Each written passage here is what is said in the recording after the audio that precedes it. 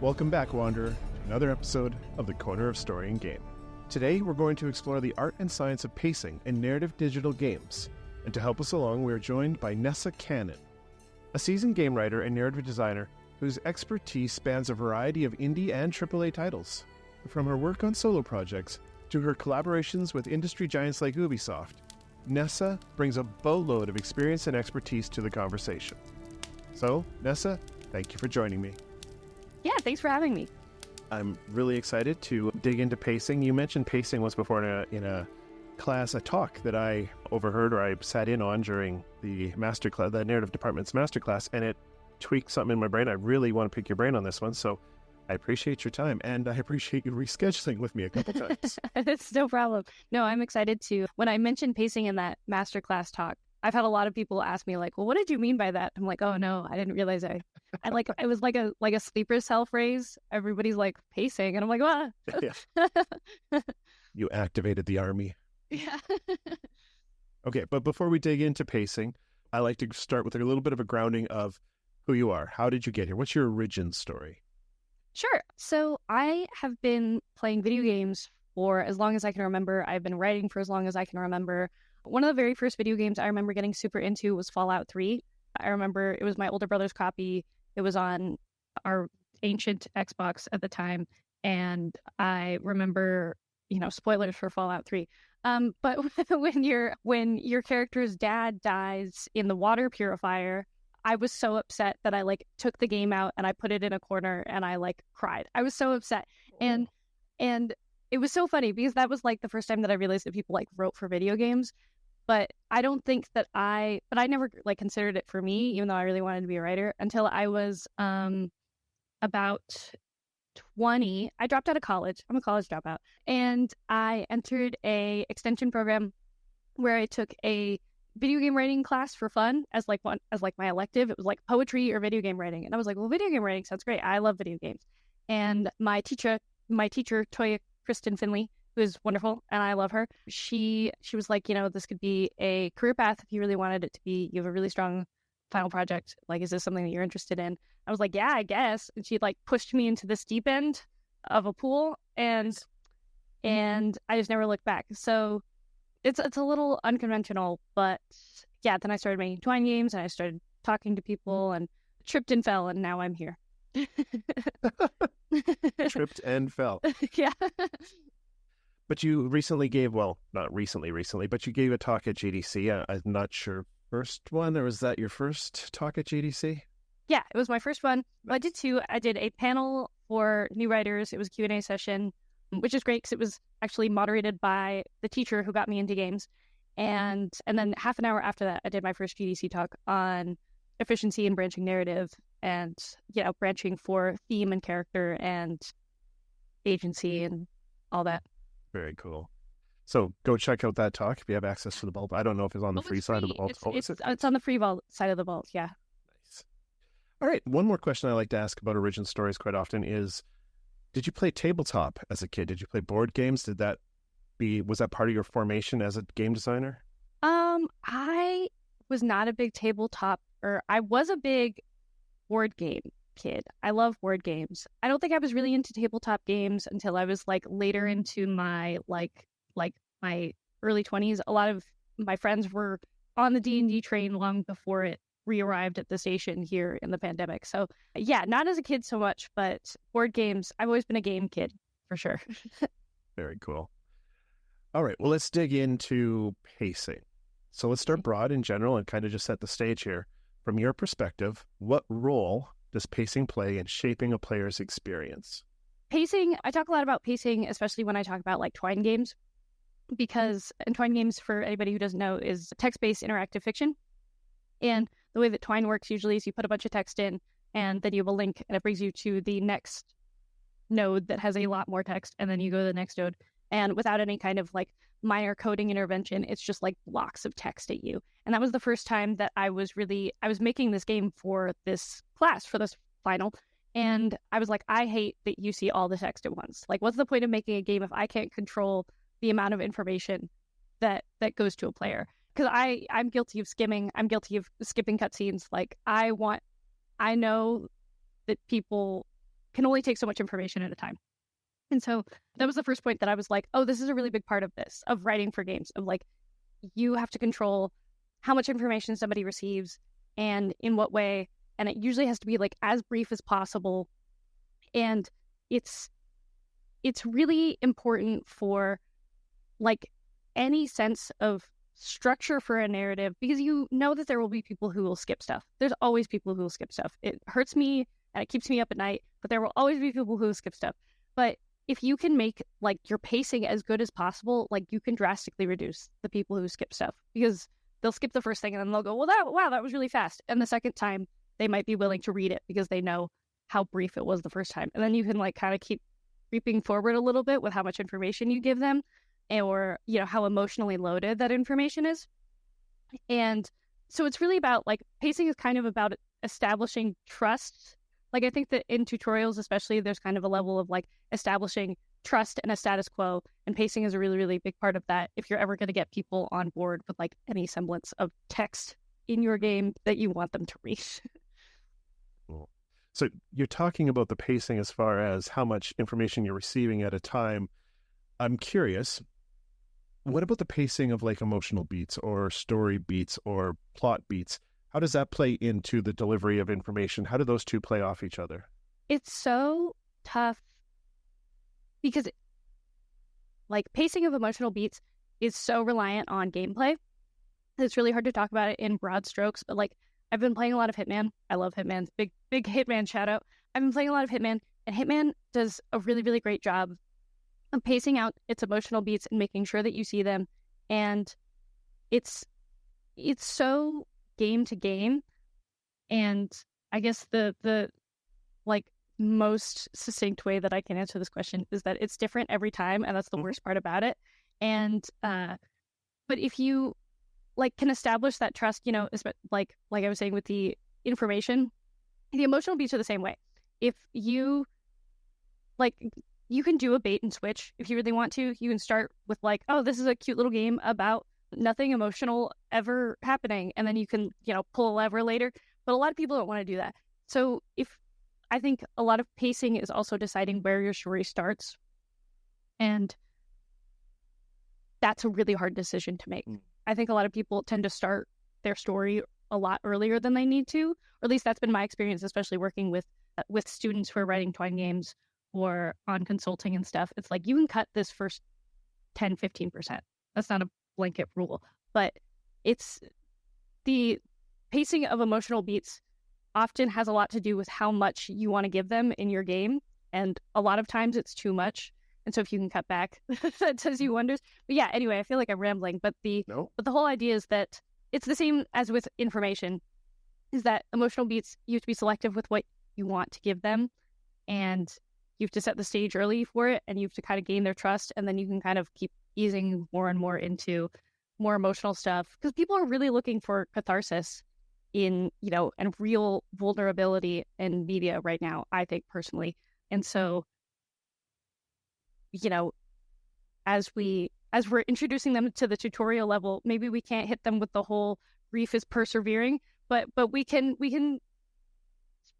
sprinkle out crumbs, and that's part of the pacing, you know? Right. I like it. No, that's fantastic. It reminds me of like talking to novelists and short story writers. It's the same thing, is you got to make sure you start in the action. Like, don't make sure you're there as late as possible to pick up what's getting. Yeah. I think a lot of like Hitman does such a good job with arriving in the action. Like, you do have a cutscene before, they kind of give you the lowdown, but you can skip that and you can start and you're there, and you will walk by somebody and they will be talking about the guy that you have to kill, and then you can go follow that trail. Like, there is no time to dilly-dally, and because that's part of why people skip cutscenes is there is time to dilly-dally. And if you can enforce that there is no time to dilly-dally, people will be much less inclined to skip your scenes and much more inclined to read your text and be into the emotional beats, in my opinion, you know. Oh, agreed. Let's go back to the Twine thing for a second, the branching narrative thing. Specific to that particular type of a game, I guess I'm curious, like from a technical craft point of view, how did you approach pacing? You developed some tools. Talk me through some of the tools, some of the techniques you came up with or discovered or saw that work really well. Yeah, so when I was making this game project that I keep talking about, it was called Jagged Bone. It's still on my itch.io. It's like the first thing I ever made, and I'm still super proud of it. And still gets like played once a day. It's crazy. That's cool. Yeah, I love it. And so the initial conceit of it is that like the very first choice in the game is the major splitting point. And so you arrive to the haunted house and you decide if this is your house or if this isn't your house. And if it is your house, then you're this human in the house and there's a monster there. And if it's not your house, then you're playing from the perspective of the monster who has come back to his house and he's very confused about why he's a monster now. And so it's kind of this mirroring branching setup. And it's horror, it's spooky. And I think that, as much as pacing is a big part of video games, pacing is like the biggest part of horror. So I was like, I have to control how much information people can see. And I'm pretty sure like I just went to Google and was like, how fix Twine text load up? Like I had no idea how to, like what the words were for what I wanted to do. And I found somebody talking to click to reveal macros.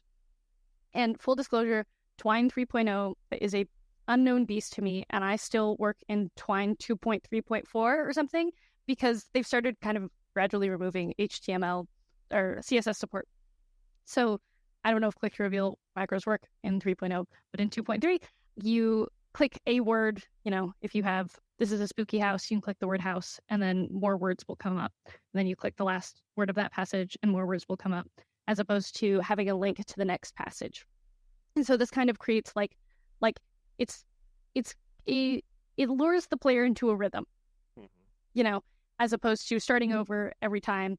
And it also, it introduces them to the idea that they can reread text.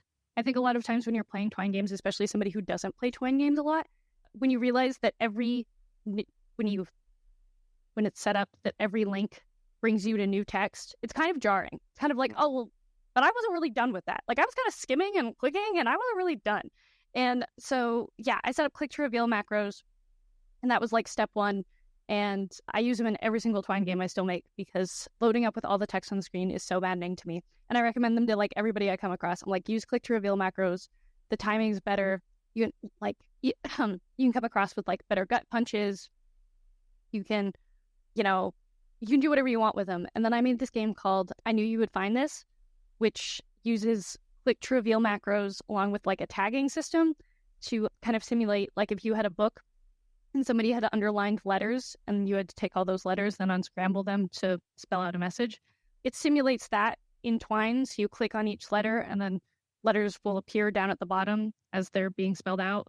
And yeah, so click to reveal, and then like you can integrate like a tagging system so Twine knows exactly which word you want to be the link. Yeah, so from a technical side, I'm sure that somebody taught me click to reveal. It was probably my friend Grim, who makes these Twine grimoires, and they're amazing. Everything that I know about Twine, somebody else taught me. I am not a pioneer of Twine. I just read too much about it. So yeah, click to reveal macros are like the number one thing that I recommend to everybody is, finding your own. As you realize what you want to reveal to the player and in what rhythm, it becomes really easy to write in engine and kind of fall into a really satisfying vibe, pace, Yeah.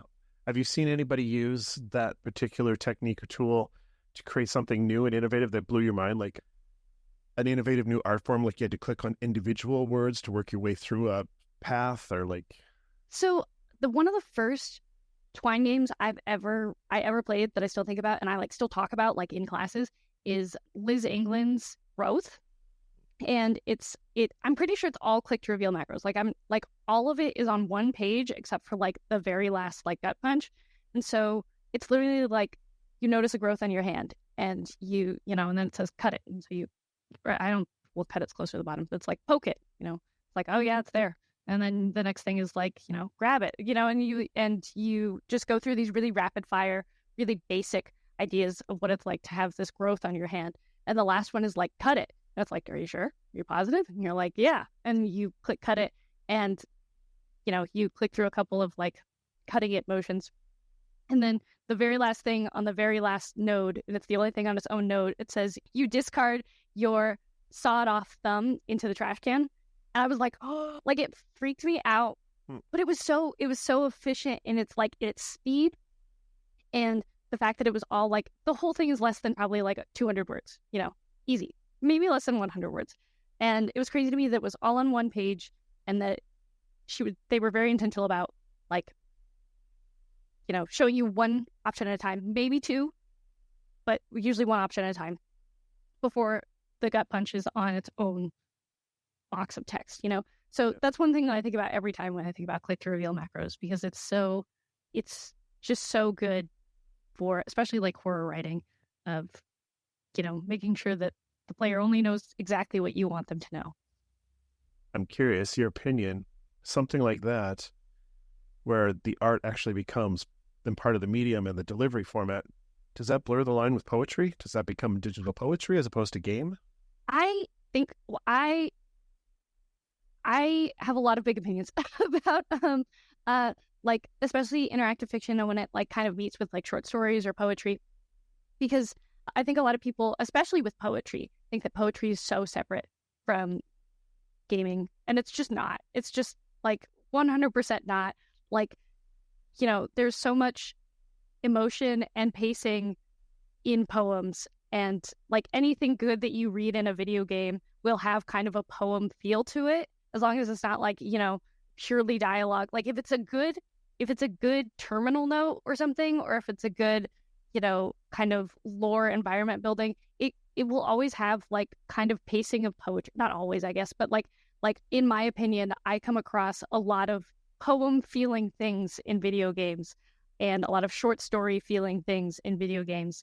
And a lot of people think that there's so much cinema in video games, which I absolutely agree that there is, but we don't talk about poetry and the pacing of poetry, because we default to a lot of like, well, it's just like a movie, which isn't wrong. But I think when it comes to like pure mechanics of writing, it's so much more poetry and short story than it can be like a screenplay writing. Yeah. I think there's even been dialogue interchanges between, whether it's cutscene or the actual conversation between the avatar and an NPC, that are poetry still. There's still timing, there's still pacing, there's still payoffs, there's still rhythm. Like it's there. I 100%, I have big poem opinions about games. Same page. We're on the same page. Okay, well, let's move back to, that's another podcast. Yeah, probably. You kind of touched on it. Well, we kind of worked our way around the edges, and this is such an over talked about topic, but still it's relevant. Player agency. How does player agency interact with pacing in a branching dialogue type game?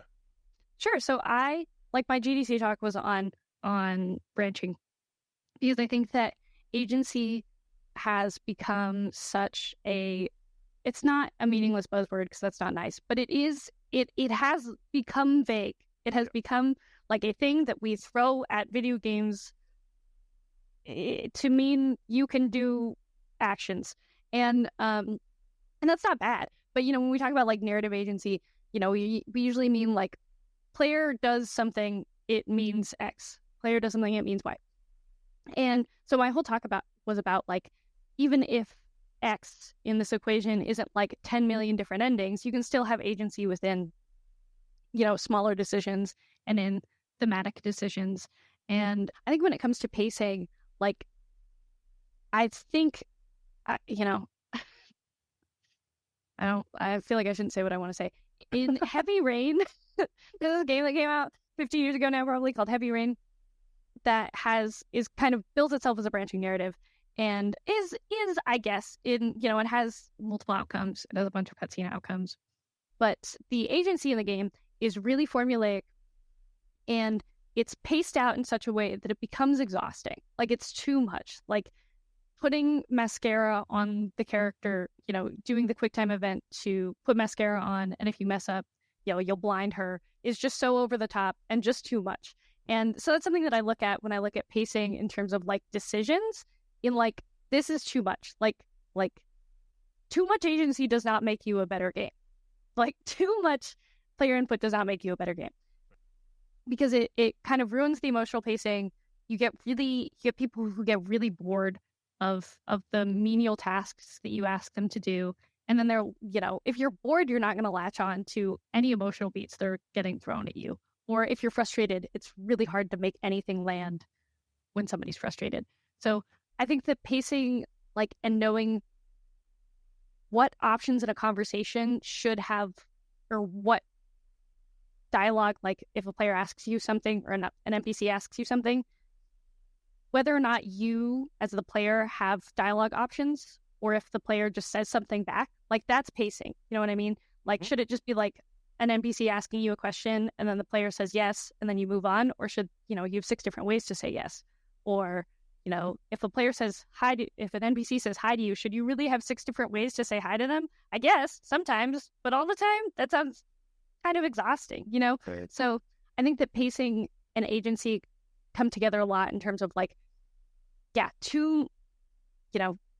more player input does not make better pacing. There's a middle ground there to be found with any narrative that you have, and it'll be different for every narrative that you have, and it depends on the game design and everything. But there's definitely a right answer, and the right answer is 99% of the time not full throttle on player input. Yeah. So another part of pacing, and it may not be as relevant all the time in Twine games, although it can be if you know what you're doing, is music and sound design. They both can significantly influence the perception of the pacing of a game, just depending on what's happening sound-wise and music-wise. So how in the past have you worked with either audio teams or with tools that you've used yourself to make sure that the audio matches up with the narrative beats? I don't put audio beats in my Twine games because that is a level of coding that, quite frankly, scares me as a creative person. But there are so many people who do, and they do such a great job. And I think one of the best examples of audio considerations has recently been Star Trekker, which is a game that I worked on about trucks in space. And all of the narrative delivery is over CB radio. And so, yeah, it's great. And it's really fun. And you were never standing face to face with one of the NPCs. You know them as their trucks. And so understanding the limitations of the CB radio was a really, really big part of writing for that game, because we quickly realized that there were some phrases that didn't come across very well with the staticky kind of, because we wanted it to sound like a radio, and kind of tongue twistery things don't come across very well, and really short sentences don't come across very well. So we were like, okay, so there's stuff that doesn't come across well with this audio effect. And you also have to account for not being able to see a character's face or, read anything off of that. So I guess the short answer here is that I often don't get to work with audio teams because I'm a freelancer and I get kept to my little zoo enclosure.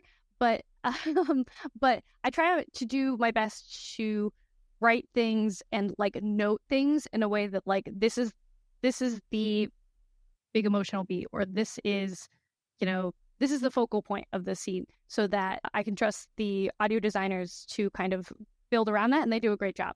Okay. And I feel like a lot of good video game writing comes down to documentation, which is terrible, but it's so much of it, and it's so much of, I think, one of a really big rookie mistake that you can make is assuming that everybody knows what you mean, and assuming that everybody knows when they read the script that they're going to feel the same emotional pacing or emotional beats that you do. And that's just not true. That's just not, you can't hand 2 people a book and expect them to have the same takeaways from it. So, getting really good when you're working with anybody else, getting really good at being this is the focal point of the scene, or this is what I mean by this, or, if you have any questions, please ask me, because I don't know what makes sense to other people and what doesn't, because I'm an insane person. Just ask me.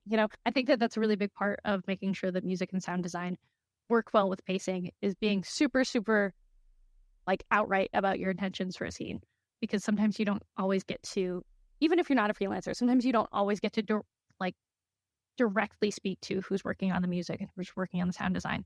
So you have to kind of set you both up for success by answering as many questions ahead of time as you possibly can, Yeah. That brings up the question of collaboration in general, because collaboration is a major part of game development, whether you're in the office or you're a freelancer or you're a hybrid remote.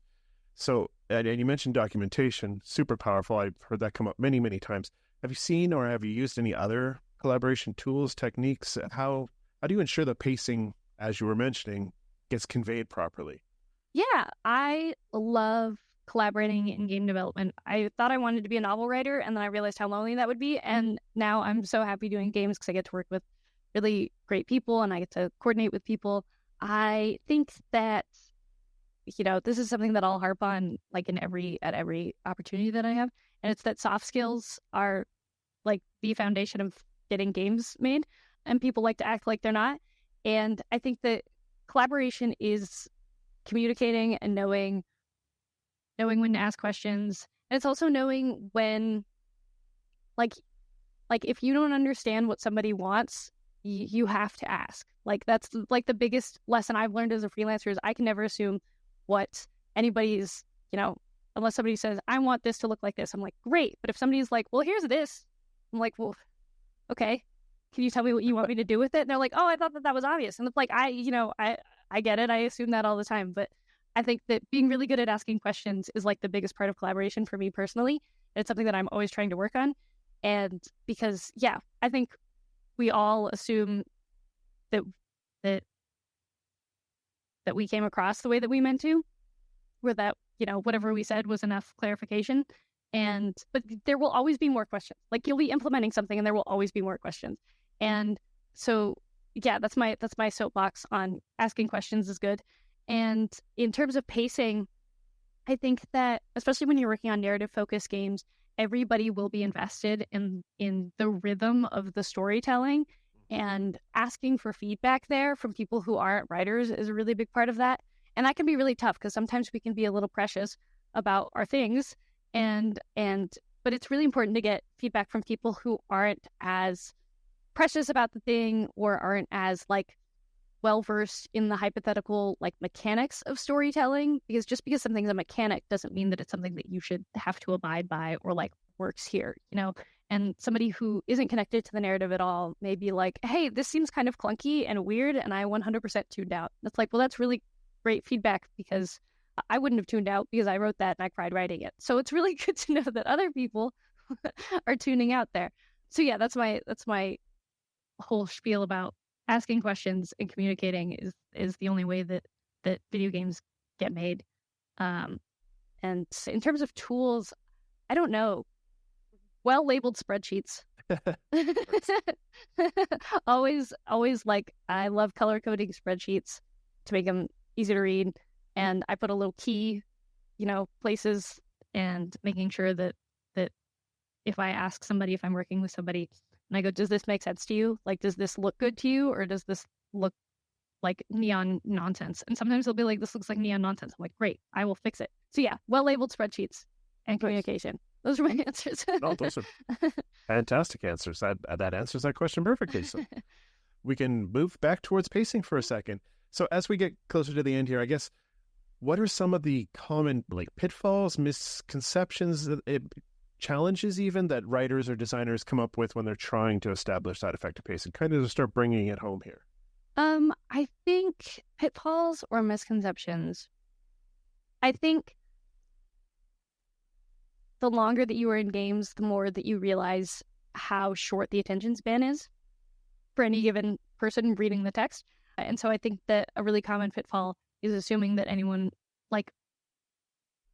that soliloquies aren't really what you want. Like one character talking for a long time is not really what you want, even though that's how a lot of people talk. People tell stories and people ramble, but in games, if it's not like a back and forth conversation, it's really, really hard to follow for a lot of people. It kind of just all blends together. And I think with establishing effective pacing, I think that, it kind of comes back to level one, figuring out what you want to establish in the tutorial level or in really, really early games that'll set you up for success later. Because a lot of people put a lot of emphasis on the end of their narrative because that's when the narrative beats come home. You know what I mean? That's when they say the big line that everyone's going to remember. there's a lot of focus on the climax of any given story. But if you don't get the buy-in early, then the climax just won't land for most people who are playing your game, and like, to bring it back to Hitman, like, gets your buy-in early by giving you as little information as possible. And that's a really good way to get a buy-in early, because it's good to, prompt questions.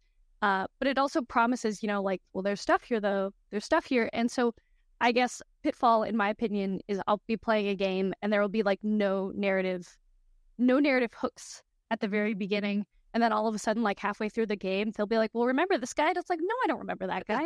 Like, you didn't tell me I had to remember that guy. And so I think, really trusting that, like, the foundation is so, so important, and you can't have the big finale without the foundation. And that goes for Twine games a lot too, is when you're writing a Twine game, if you don't have the sucker punch right at the beginning, people will click away. And you have to really have a choice on the first node, or at least I try to have a choice on the first node as often as I can. You have to start in the action, like you have to really be mindful of how easy it is to get out of the narrative that you're setting up, so that you can make it as enticing as possible. And I think a lot of folks kind of forget that, and then they're halfway through their game and they're like, oh shit, I was going to put narratives in this. I got to go back, So I think being really clear about your intentions super early on, even if those change a little bit, is something that I wish more people would do. And yeah. What part of development cycle do you think a team or an individual designer or writer should start considering pacing? Is that something that should be ideation, or is it like later in the process? In my opinion, I think ideate, like, kind of as early as possible, even if it's as vague as, I want there to be a story here about blank. Like, I want thematically based level, I want there to be a story in here about this, because that theme can help inform the game design and the music choices and everything. And if you clock that theme as like really deep, like really big, if you want to write a game about like grief, then, and you clock that as being like, wow, that's a really big thing, I should probably tie that into, level 1. I should probably tie in some seeds there early, because that's going to have a really big payoff. But if you look at your narrative and you're like, well, I want to make a game about flowers, it's like, that's great. I love flowers, but if that's all that you need, then maybe you don't have to worry too much about setting up the narrative foundation for a big payoff at the end, unless, your game about flowers is crazy. But I want to play that crazy game about flowers, so that's not bad. So yeah, in my opinion, as early as possible, even if it's vague. But obviously the less vague, the better. But a lot of times narrative comes under constraints of game design and level design that is already established. So sometimes it's a little bit after that, and it's okay, in my opinion, to wait a little bit till you kind of know what your gameplay loop in broad strokes should be. But yeah, in my opinion, as early as possible. And I think that narrative gets left to we can worry about that later a lot. And it makes sense, because it's something that you can implement kind of at any stage usually. But in my opinion, yeah, the earlier the better, that you can at least set up a theme, the better. I like it. So I guess what I'm trying to slowly make my way to is, in your opinion, what's the secret? What is the secret to creating optimal narrative pacing? In my opinion, it's got a lot of different components to it, but I think if I had to boil it down to like 2 things, I think it's rhythm. It's trusting your internal metronome of what feels good to read and to write. And because we can get caught up a lot of in like realism and making sure that this character says this and all of that, and that's fine. But when you're drafting, if it doesn't feel good to read and to write, if you're not like into a rhythm, then it's not going to feel good for other people to read and to write. And if you're not having fun writing a scene and the scene doesn't need to be there, then, why is the scene there if you're not having fun? So yeah, like number 1 is like, if you're not enjoying yourself, then I don't know if the pacing's going to be there. And the other thing is consuming other media, like not just games.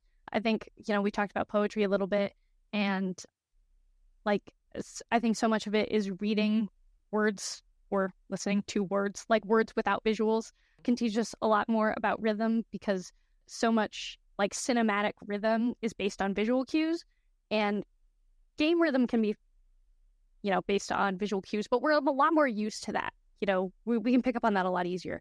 And so if you can get better at recognizing good rhythms in written text, it's a lot easier to write that.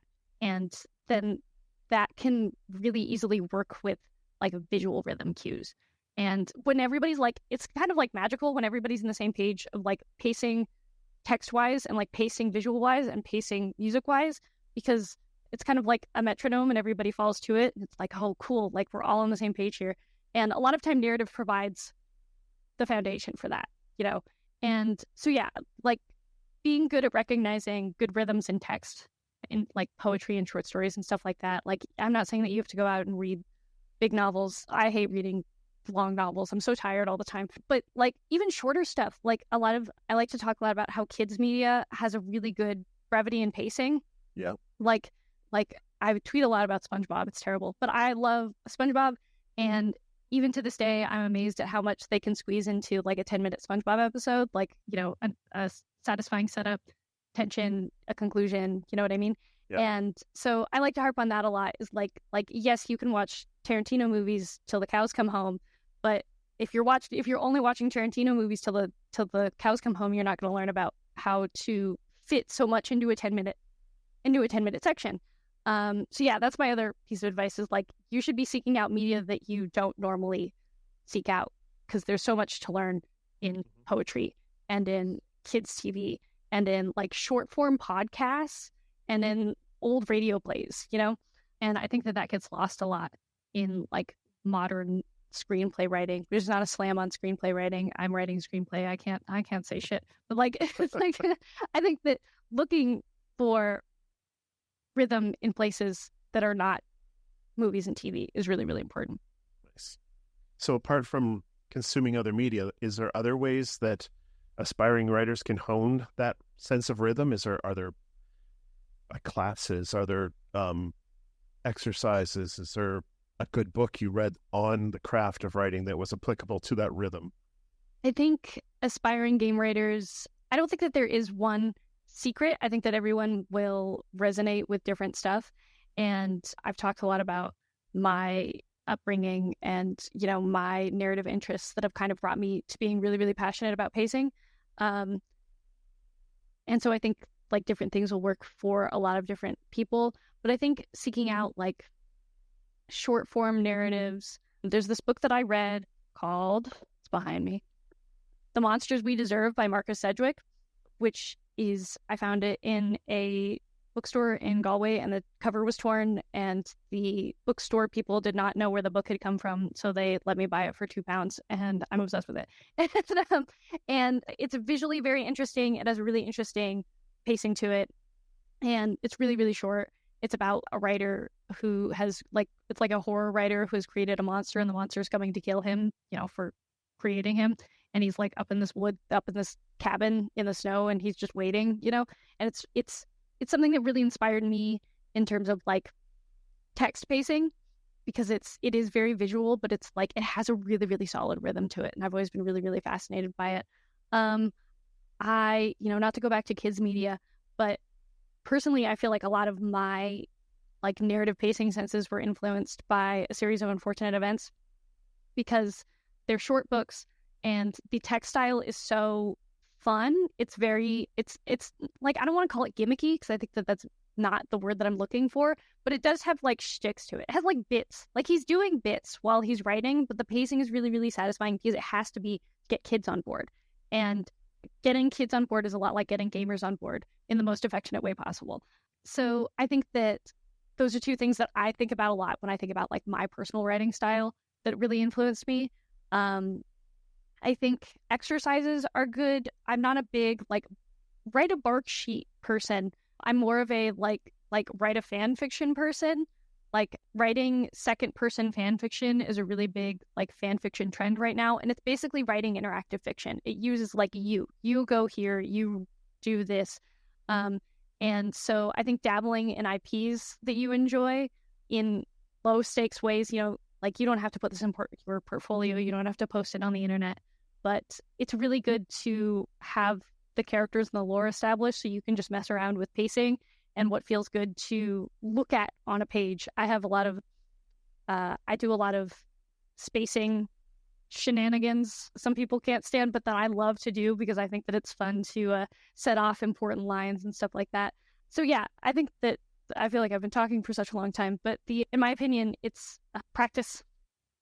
And that's such a, that's the answer nobody wants to hear, but it's just doing it over and over and over again until you find stuff that you like and stuff that you're really into. And then you reread, why is this thing that you've written? Why is this the best thing that you feel that you've ever written, and kind of taking it apart? Or why is this, a lot of the things that I feel are the best things that I've ever written are not what other people feel are the best things that I've ever written. And so I ask them, I'm like, well, why do you think that this is something that really resonates with you? So yeah, it's a lot of practice and putting yourself out there and being vulnerable. And that's a terrible answer, but it's worked better for me than any like one book, No, that's a great answer. And in truth, the answer that you worked your way around to was consume a lot of media, pay attention to the pacing, and then practice it yourself until you get it. Yeah. And that's perfect. That's fantastic. All right. Well, it's time for us to start heading kind of towards the door. So that we'll put pacing behind us for now. Sure. I have a question that I ask everybody who comes on the show. So I'm going to ask you too. And it's kind of a weird one. It's out there. So bear with me. Okay. I have a theory, it's my little pet theory, that there is a magical space at the intersection of the story and game, obviously, but also interactive fiction and comic books and board game design and all of these other creative endeavors where we can all come together and just hang out and just naturally get along. Not everybody agrees with me, but if you do agree with me, what would you say is the magical thread that holds all that together? Vulnerability. I know that's so like soapboxy, but like I do think that like what we are all doing is trying to communicate with each other, and communicating with each other is so hard, and it's so hard to like want to be seen. And I think that even like people doing really technical work on video games, like if we're looking at really, really technical, like by the book stuff, I think that at the end of the day, we're all looking to make something that we feel showcases a part of ourselves. And yeah, that applies to people who are implementing code just as much as the people who are like writing the game, in my opinion. Because I don't think that we would be doing this work in these kinds of fields if we didn't like want to be seen. And I think that that's just what vulnerability is like putting yourself out there over and over again till somebody's like, hey, I get it. And it's like, really? You get it? Oh my God. So yeah, I think that that's my soapbox answer is vulnerability. Brilliant. That's a fantastic answer. Okay, before we out the door, I have a little quick fire that I'd like to ask just to get to know you a little bit better and let everybody know. What are you currently playing? Hitman. I just finished Hitman 3. I know. I got the like World of Assassination bundle pack. So I played all 3 games in like 2 weeks. I love the sniper assassin mode, and everybody that I talked to was like, I didn't really resonate with that. But if you're listening to this, I need more sniper assassin levels, and I need them now. So yeah, Hitman. I love Hitman. But yeah, I just finished like the last level of Hitman 3, so I'm going back and I'm playing through a lot of them. And I'm not a completionist type of video game person usually, but I'm feeling it with Hitman. I'm feeling it consume my brain. Excellent. What are you currently reading? What am I currently reading? Let me look over at My Heart is a Chainsaw by Stephen Graham Jones. I have been trying to get through it, which isn't to say it's not good. I just have ADHD. So that's what I am currently reading, and I bring it everywhere I go to, like airports and, whenever I know that I have to wait somewhere. So it's really slow progress. I'm trying to get back into reading more. I've really, really fallen off the wagon with my reading. And the other thing that I'm reading is a book called Outlawed by Anna North. It's nonfiction, but my friend gave it to me for my birthday, and I've been really enjoying plucking along at it. Nice. Okay, here's a weird one. If you could be perfectly uploaded into a digital game world, which world would it be, and what would your character be? I feel like the safe answer would be Animal Crossing. I think that I would definitely, like, if I wanted to be happy for the rest of my life, I would be what would I be? I'd probably be a bunny in Animal Crossing, and I would be having a great time. The more fun answer is, I think I'm gonna sound insane. I love the Fallout games. I love the Fallout lore. I think that being uploaded into post-nuclear apocalypse sounds like a really, really bad idea. But I just love I'm just a sucker for post-apocalyptic narratives and how people come together and how people fix stuff and how, it all comes back together and everything. So yeah, I hate to say it, but I would definitely be one of those like Preston Garvey types in Fallout 4 and be like, we have to go help these people. Da, da, and I would get on every player's nerves. So that would be me. At least you didn't say Hitman. Yeah, I don't think no. I think I'm good. Okay. All right. Last quick-fire question is, if you could host a game session with any 4 people, living or dead, from any time in history, what would you play and who would those people be? And this could be tabletop, board game, a video game sitting on a couch. I would pick something like Fall Guys or Sea of Thieves. Probably Sea of Thieves is kind of what I think that I would pick. I would want to play with my friend Osama Dorias, who is a game designer at Brass Lion Entertainment, who I am always just dying to spend 10 more minutes with. I would pick Tobin Bell, who plays Jigsaw in the Saw games, or the Saw movies. And he, beyond being so good at his job as Jigsaw, it just seems like a lovely person. And I think that it would be really, really fun. I am a huge Stephen Sondheim fan. And I would love to resurrect Stephen Sondheim to teach him how to play the pirate game and also ask him questions about pacing. Because I'm sure that he had big, huge thoughts about pacing.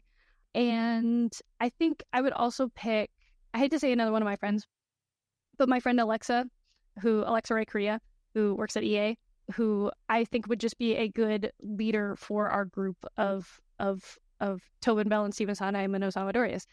She's just such a go-getter, and she really inspires me in like doing what I decide to do. You know what I mean?